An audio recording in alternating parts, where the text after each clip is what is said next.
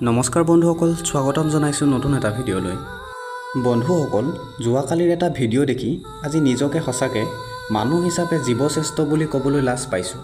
হয় বন্ধুসকল, ফেচবুকৰ এটা ভিডিঅ'ত এই ভিডিঅ'টো দেখিলোঁ, য'ত এজন বয়সস্থ ব্যক্তিয়ে এটি কণমানিক নিৰ্মমভাৱে প্ৰহাৰ কৰি ৰাস্তাৰ কাষত পেলাই থৈ যায়। মানুহ কিমান তললৈ গ'লে এনে কাম কৰিব পাৰে, সঁচাকৈ ভাবিলে কিবা আচৰিত লাগে। নিশ্চিতভাৱে এই কণমানিটিৰ লগত এই ব্যক্তিজনৰ ব্যক্তিগত আক্ষেপ নাথাকিব। ব্যক্তিজনৰ যদি ঘৰুৱা কিবা আক্ষেপ আছে, তথাপিও এই কণমানিটোক এনেদৰে প্ৰহাৰ কৰি নিঃশেষ কৰাটো জানো আমাৰ মানৱীয়তাৰ ধৰ্ম? যুগৰ পৰিৱৰ্তনৰ লগতে মানুহৰ মনবোৰো ইমান সলনি হৈছে যে আজিৰ সময়ত মানুহে মানুহক মৰাটো তেনেই সহজ কাম হৈ পৰিছে। এনেধৰণৰ ব্যক্তি আমাৰ সমাজৰ বাবে বহুত বেছি ভয়ানক হয়।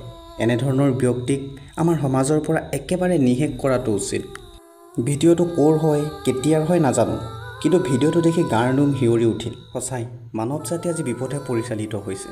ইয়াক শুধৰণিৰ কিন্তু খুব প্ৰয়োজন। এনেধৰণৰ ব্যক্তি সমাজৰ পৰা নিশ্চাত কৰিবলৈ ভিডিঅ'টো এটা শ্বেয়াৰ কৰি দিব, যাতে সেই কণমানিটোৰ আত্মাই শান্তি পায়। ধন্যবাদ। নতুন এটা ভিডিঅ'ত পুনৰ লগ পোৱাৰ প্ৰতিশ্ৰুতিৰে আজিলৈ আহিছোঁ। জয় আই অসম।